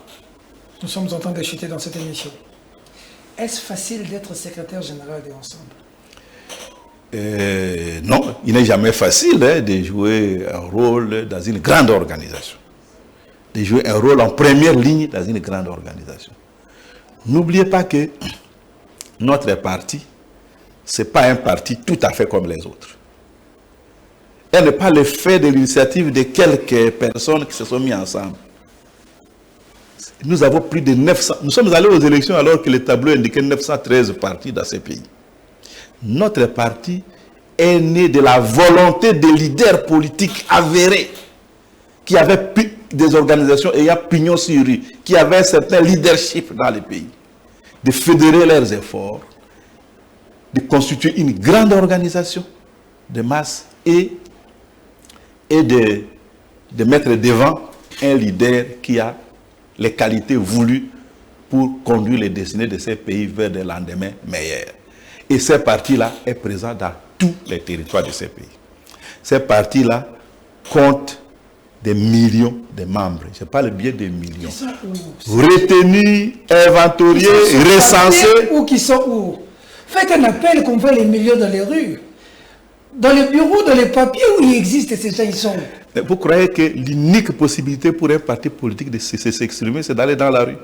Démonstration de force? Non, le problème n'est pas celui-là. Nous avons notre propre approche organisationnelle et de temps en temps, nous allons dans la rue. Souvenez-vous que même quand nous n'étions qu'une coalition pour combattre ce qui devait être le troisième mandat qu'on soupçonnait de l'ancien président de la République, notre organisation, à l'époque c'était une coalition, était très présente sur le terrain. Personne ne dira le contraire. Mais on vous reproche à Kinshasa d'être inexistant, votre parti Ensemble. Mais la diaspora, les gens de la diaspora, vous êtes le président de notre parti est déjà arrivé à Kinshasa en donnant l'information au public 2 fois. Avez-vous vu qu'il est passé inaperçu dans la rue, il n'a pas été massivement accueilli? Enlevez le président. Le CG, les coordonnateurs de Kinshasa. Les chefs du... Vous faites quoi à Kinshasa? Pas de meeting, pas d'activité. On ne vous... Moi, je ne vais pas parler des provinces où je ne maîtrise pas les provinces, mais je parle de Kinshasa. Oui. Monsieur le secrétaire général, parce que je vous ai en face, les Kinois me posent la question. Vous et votre coordonnateur de Kinshasa ici, monsieur Francis Kalombo, vous êtes où? On ne vous voit pas à Kinshasa. Sur terrain, meeting, activité, vous n'êtes pas là. Et tout, vous êtes où? Non. Je devais au moins lire certaines questions de Kinois. Ensemble n'est pas présent à Kinshasa. Même des polos de campagne, on voit les polos de Fachi, on l'a vu. Mais Moïse Katumbi n'est pas là à Kinshasa. En bref. C'est une façon de voir les choses, mais je peux vous dire que Ensemble est bel et bien présent à Kinshasa. Nous avons compétit à Kinshasa. Nous aurions pu avoir plusieurs élus à Kinshasa. Non, on en a eu quand même un, mais on espère qu'avec comment dirais-je, les requêtes de certains membres, on en aura un peu plus. Et nous sommes présents à Kinshasa. Nous avons pignon sur rue à Kinshasa et tout le monde les reconnaît. Et il s'est passé des choses, une certaine façon de nous organiser avant comment dirais-je, les simulacres d'élections qu'on venait de connaître. Nous avons fait des réunions d'évaluation, nous en tirons des leçons. Et là où peut-être nous avons failli, là où les partis ont failli, nous allons essayer de les redresser. Mais on ne peut pas dire que nous ne sommes pas présents à Kinshasa. Nous sommes présents à Kinshasa. Vous gérez la diaspora. Les gens de la diaspora se plaignent. Ils m'ont posé la question de vous dire qu'est-ce que vous avez envoyé qui là-bas pour des manifestations, pour des activités? Non, je peux vous dire que je peux vous dire que ce qui nous représente dans la diaspora existe.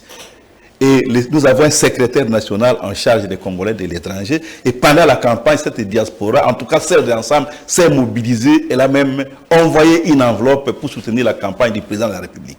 Et donc de notre candidat à la présidence de la République. Et donc c'est la preuve que cette diaspora existe. Elle est animée. Je ne sais pas à laquelle vous avez une connexion. Vous avez une connexion.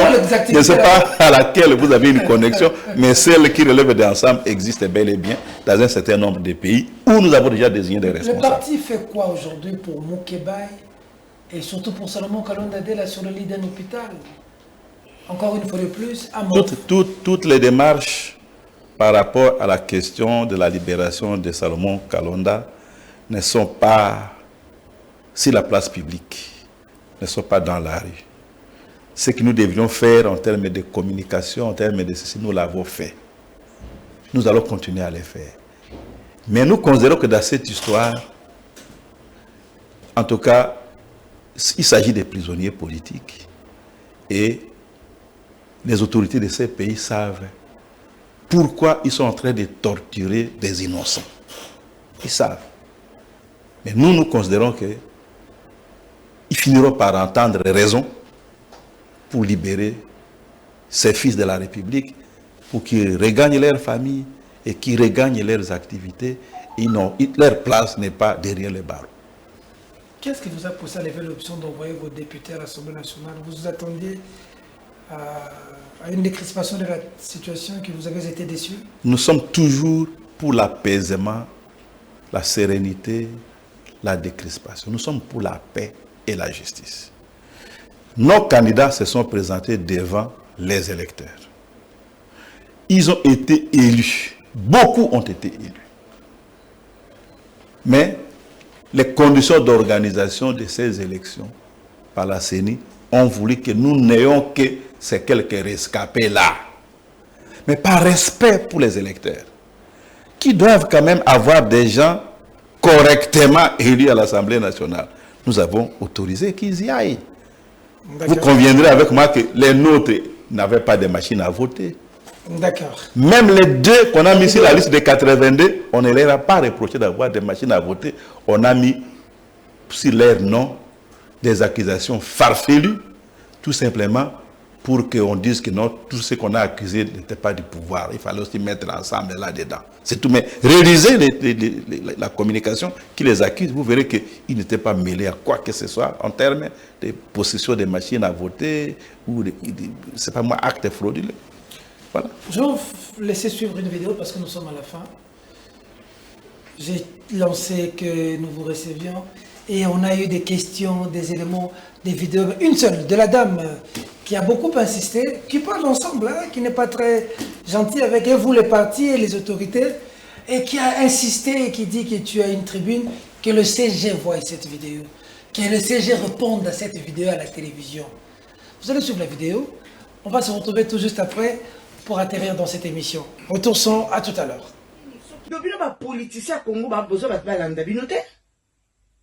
Donc une vie qui est partie à cause de vous, il s'est donné à cause de cet ensemble de la République, il a risqué sa vie aujourd'hui, il est mort, vous faites aucun effort. Le Lengemon Kabozi va abandonner Salomon en prison, abandonner à son propre sort. Makelele était, ba marche était, nini était, bo fandi na bino. On dirait Moïse na bino, on voit Kabo, Zoaka Mbongo pa na ebolia. Alors qu'on a nzete na bino ya manga. Mais de votre côté, vous n'agissez pas, vous faites rien. C'est la peur de Félix. Mais en même temps, vous parti politique. Et la parti politique, on comprend bien. Personne alors, personne ne réagit. Vous faites un bilan bonnement, mais on parle de mort, on parle d'assassinat. Et vous allez me dire qu'on l'a pas assassiné. Ils viennent, vos juges, vos je sais pas moi quoi, qui sortent, qui nous disent non, il n'a pas été assassiné, mais il s'est suicidé. Et vous restez comme ça pour nous écrire ces français, ces longs français inutiles. On va appeler ça comme ça. Mais vous êtes quel genre de parti politique, vous autres? Hein? Vous êtes quel genre de parti politique? Donc vous ne savez pas revendiquer, vous ne pouvez pas vous lever, faire des marches, crier, faire du bruit, parce que jugement, les jugements, mon corps, fausse, faux, archi faux. Mais vous faites vous avez sur la connerie, il y a comme la sur la français, mais il y a le vanium, surtout ça, non, le roni. Mais vous n'avez pas de cœur, hein? Donc les gens qui se sacrifient pour vous, c'est comme ça que vous les payez. De partis politiques, vous appelez l'autre côté, vous ne valez rien. Président la mine ici va mbongo asali ba campagne asili sa campagne ba tricher ba niquer sur 13 sur 18%. Vous faites la mine mais bouillé. Ça Moïse asa on dirait lisanga moko ya ba mesela be. On dirait l'ikelemba, attaque l'ikelemba, bacha atama kele pour passer. Mais bino kimia, on dirait bois bino tout ba toro, ba ensemble où. Donc bino so muto ana bino, à quoi ils appellent au quoi ils batiki yo kilibi, au quoi ils mi débrouiller. Hein? On vient nous jeter des imbécilités sur le visage, on nous dit non, il s'est suicidé. C'est des conneries. Hein? C'est des conneries. C'est quelle justice ça? Et l'ensemble vient nous écrire des blablabla, nous dire non, il était, on est déplore, on fait ci et c'est là. Vous faites quoi? Déclaration modèle, oh, juge va signer, blablabla, en face, il s'est suicidé, vous vous taisez. Mais vous avez vraiment le foutaise. Vous avez vraiment le foutaise. Que les autres qui restent là, qui sont en train de se battre, on a sort, on a un problème, comme le bangotan et Bansouka, le cas de Salomon, la prison, va kanguer illégalement. Jean-Pierre Bemba, avant nani ceux qui mamba a été déclaré dans la M23 mais depuis tout ce temps Jean-Pierre Bemba qui na mamba a pas été mamba aux sur la M23 mamba téléphone naï va surveiller en haut abîmé à l'est a pour toi déclarer mais Salomon quand même à cause sur la M23 Félix soit même la M23 na Kinshasa non cochon ça c'est comme ça passe comme ça mais Salomon est en train de mourir pour une histoire beaucoup j'ai aucune question réaction autant que notre pays notre nation une nation de diversité. Un parti politique qui recrute dans cette diversité-là, il peut avoir en son sein que des membres, des sympathisants également, qui traduisent cette diversité. Cette maman a exprimé du fond de son cœur ce qu'elle pense. Qu'est-ce que vous en pensez? C'est qu'il y en a d'autres qui sont aussi des dames comme elle, qui aimeraient bien, je dirais, aller dans le même sens, mais d'autres n'iraient pas dans le même sens. Donc il faut qu'on respecte son opinion et lui dire que l'opinion des autres... Vous avez dit, vous êtes dans le français. Hein? Oui, l'opinion des autres ou les choix des autres ne sont pas nécessairement des choix idiots. Voilà, c'est ce que je peux lui dire. Son opinion est valable, mais il y a d'autres opinions aussi. Qui sont valables. Vous êtes rendu un peu quand vous avez réalisé que le vénérable Pierre Lumbi a manqué. Oui, il manque pas seulement à notre famille politique, mais à la nation entière.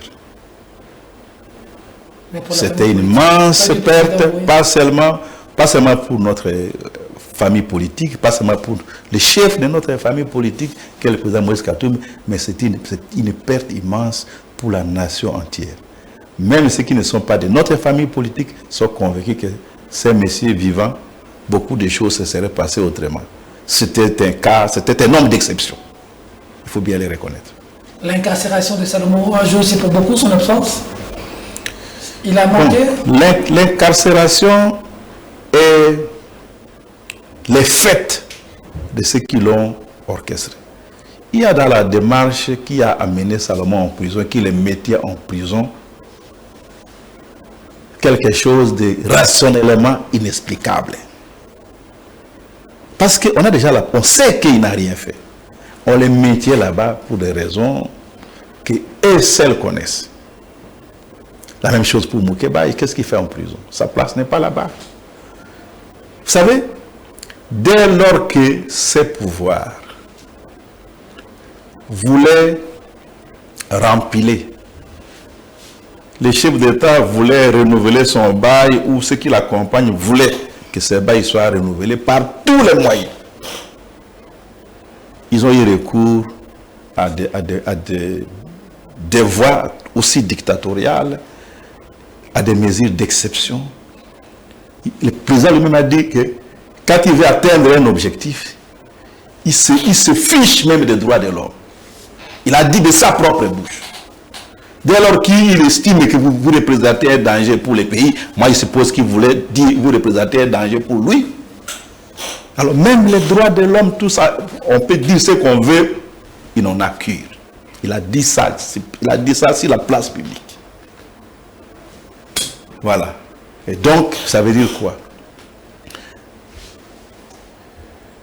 La détention illégale et prolongée de Salomon. La détention illégale et prolongée de Moukeba. L'enlèvement et l'assassinat de Chéribé Okende. Et d'autres faits que nous avons subis sous forme de manifestations de la répression qui nous accable. Limitation du mouvement de déplacement de notre paysan, du président national, interdiction de survol et toutes ces choses-là qui sont toutes sortes de vexations à notre endroit.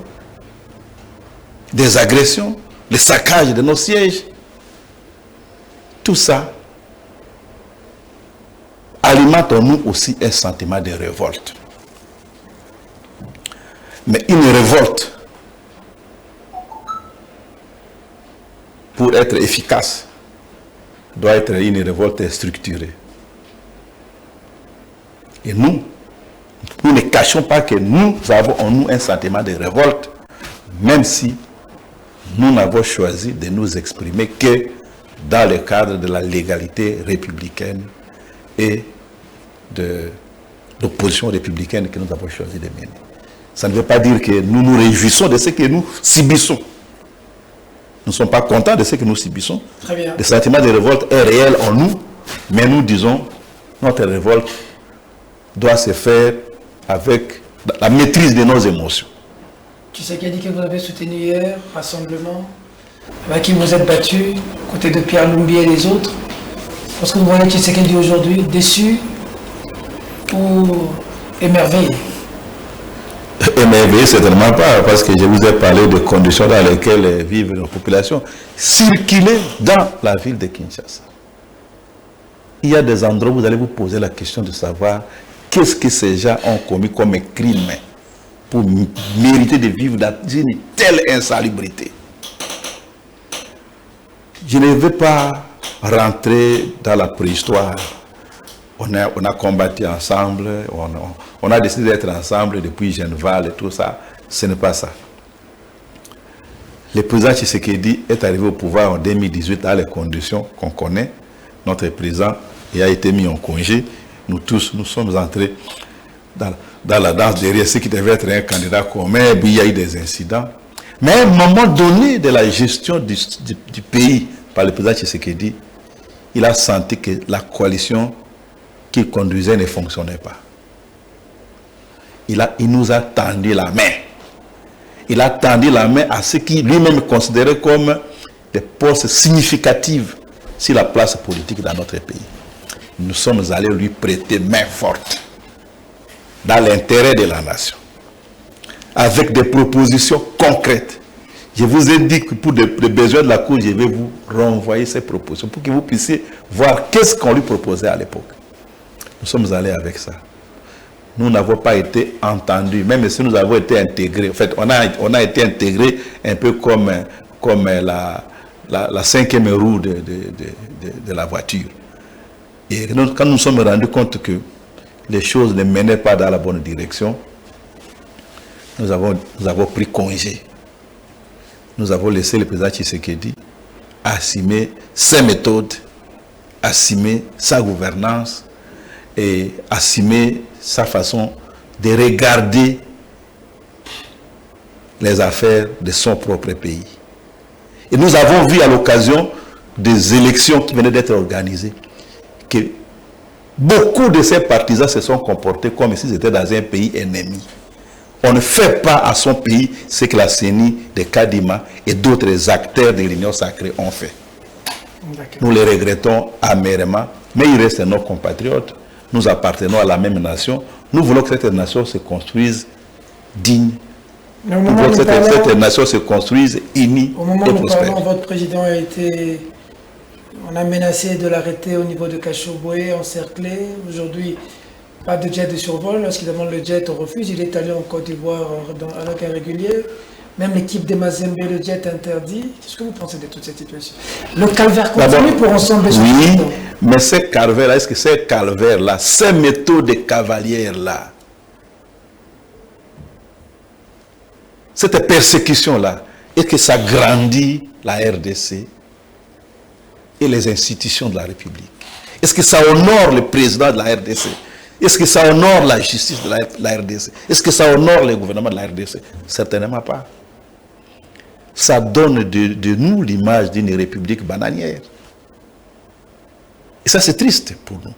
Nous aurions aimé, en tant que Congolais, quand vous allez à l'étranger, vous saluez les amis qui sont venus avec vous dans une conférence ou quelque chose comme ça. Comment ça va chez vous? Mais ça se passe plutôt bien.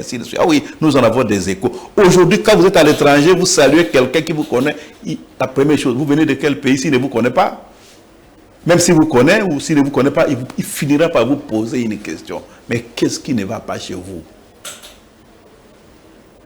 Et comme il n'y a pas de mauvaises troupes, c'est d'abord la responsabilité de ceux qui nous gouvernent. On a fini. Un dernier mot pour la nation qui vous a suivi aujourd'hui, mais aussi pour vous. Il y a un plus grand regret, depuis que vous êtes en politique, vous regrettez d'avoir... vous n'avez pas fait les formations politiques, vous avez fait une autre formation, apparemment, mais... Oui, moi je suis socio-économiste, donc j'ai une formation aussi en matière de développement, surtout. Tout à fait. Ce que je peux vous dire... C'est un grand regret pour vous? Oui, parce que au regard des ressources que le bon Dieu a mis dans ces pays, ressources humaines, Okay. Nous sommes parmi les pays les plus peuplés d'Afrique. Les enfants de ces pays réussissent dans toutes les universités de tous les pays du monde où ils vont étudier. On a des témoignages, quand vous voyagez, vous pouvez en avoir. Au regard de ce que Dieu a donné ici comme ressources, il y a des choses qui n'existent nulle part au monde qu'ici chez nous. Ces pays devraient être au top. Ces pays devraient conduire, tirer l'Afrique vers le haut. Mais aujourd'hui, nous sommes à la risée du monde du fait d'une gouvernance chaotique qui a commencé bien avant. Ce sont des choses qui se sont accumulées. Mais c'est maintenant que ça atteint son paroxysme et les gens nous regardent comme une nation de fainéants conduite par une éthique, je dirais, de la résignation et de jouissance. Et ça, c'est ça qui fait mal. Ce n'est pas le fait d'avoir pas été élu. Non. Notre pays pouvait offrir mieux à ses enfants que ce que nous avons maintenant. Et ce n'est pas le cas. Vous reviendrez en 2028 ? Quand je dis vous, c'est ensemble. L'homme est comme un livre dans lequel Dieu lui-même écrit. Donc il faut attendre qu'il tourne la page de 2024, de 2025. L'homme est comme un livre dans lequel Dieu lui-même écrit. Ah, ok. Donc il faut attendre. Est-ce que tout me revient en 2024? Il faut attendre que le bon Dieu tourne la page 2024, 2025. Encore que si la Constitution n'est pas touchée, mais si la Constitution est touchée, tu sais qu'il peut... Ça c'est un autre débat. Mais j'espère que ceux qui ont ce genre de tentations... On a parlé. Ceux qui ont ce genre de tentations... Vous savez quoi? On ne devrait pas adapter la Constitution à l'incapacité des gens à la respecter et à l'appliquer correctement. Cette Constitution n'est pas quelque chose qui est tombé du ciel. Elle a été rédigée en imitant des choses qui se font déjà et pour lesquelles d'autres peuples de la terre se montrent capables. Plus de 70% des pays du monde ont des mandats électoraux de 4 ans, de 5 ans. 5 ans, c'est presque la plus grande concentration des États, la plus grande moyenne. Non, sa plus grande moyenne. Mais aujourd'hui, les gens considèrent que si les rues ne sont pas balayées, parce que c'est une constitution de belligérants, parce que la constitution a été mal rédigée. Il n'y a rien de plus ridicule. Je ne sais pas pourquoi les gens se rabaissent jusqu'à vouloir flatter les présidents de la République avec des niaiseries comme ça. Ce n'est pas la Constitution, ce n'est pas la mauvaise rédaction de la Constitution qui est la cause de nos misères. Ce n'est pas la mauvaise rédaction de la Constitution qui fait qu'on ne paye pas bien nos fonctionnaires, on ne paye pas bien nos militaires, nos policiers, que nos ressources prennent les larges, que les gens volent aujourd'hui. Avant, à l'époque de Mobutu, pour 2 millions, Mobutu avait dit, mais aujourd'hui, les gens ne sont plus à ce niveau-là. 2 millions à l'époque, c'était un scandale. Aujourd'hui, les gens prennent par dizaines et par centaines de millions. Et il y a des gens pour applaudir ça. Et dire qu'on est bien gouverné. Il faut que ça continue comme ça. Il faut qu'on ajoute des années à ça. Dans un pays où les couples corruption et impunité fait de pires dégâts qui existent dans la vie d'une nation. Les gens disent non, il faut que ça continue comme ça. C'est ça. Ce sont ces élites-là de la résignation, du statu quo, de la jouissance facile, qui sont la plus grande gangrène qui font que ce pays est devenu une honte pour tous les Africains. S'ils changent la Constitution, vous allez faire quoi? Ils ont la majorité à l'Assemblée nationale. C'est la majorité qui va s'exprimer. Je l'ai dit, hein, ce n'est pas notre Constitution en tant que famille politique. C'est la Constitution du peuple souverain qui l'a votée. Elle-même, la Constitution prévoit de manière de... C'est la Constitution du peuple souverain qui l'a votée en son temps par référendum. D'accord. Aujourd'hui, si les gens organisent la tricherie aux élections, c'est parce qu'ils savent que dans des conditions de rationalité démocratique, ce peuple souverain ne va pas les suivre. Sinon, ils n'allaient pas tricher. Ils n'allaient pas se distribuer des machines pour voter dans leur salon. C'est un aveu qu'il y a un désaveu de la population sur ce qu'ils font. C'est pourquoi ils ont choisi de voir de la fraude. Mais ce n'est pas la culture de la fraude qui va élever notre nation. C'est la justice. Merci beaucoup. CG Dieudonné Bolenge-Tengue, merci de cette franchise. Hein. J'avais déjà dit qu'on n'avait jamais votre langue dans la poche, c'est bien. On va voir comment ça va se passer avec la révision de la Constitution. Mende l'a dit, hein, peut-être Mouye l'avait aussi un peu apostrophé. Bon, on va voir ce que ça va donner. Et quelle serait votre réaction à ce moment-là, quand ils vont vouloir toucher la Constitution? Parce qu'il semble qu'il y a des velléités. Hein. La Constitution des belligérants. Mais maintenant qu'il y a d'autres belligérants, on va faire quoi? Parce que c'était la Constitution des belligérants. Maintenant, ils sont belligérants sur les fronts de l'Est. on retombe dans le même contexte. Qui a amené à cette Constitution? Voyez-vous? Comment va le président Moïse? Ben, il se porte bien. Le président Moïse a cette particularité d'être quelqu'un qui prêche par l'exemple, qui montre à la face du monde.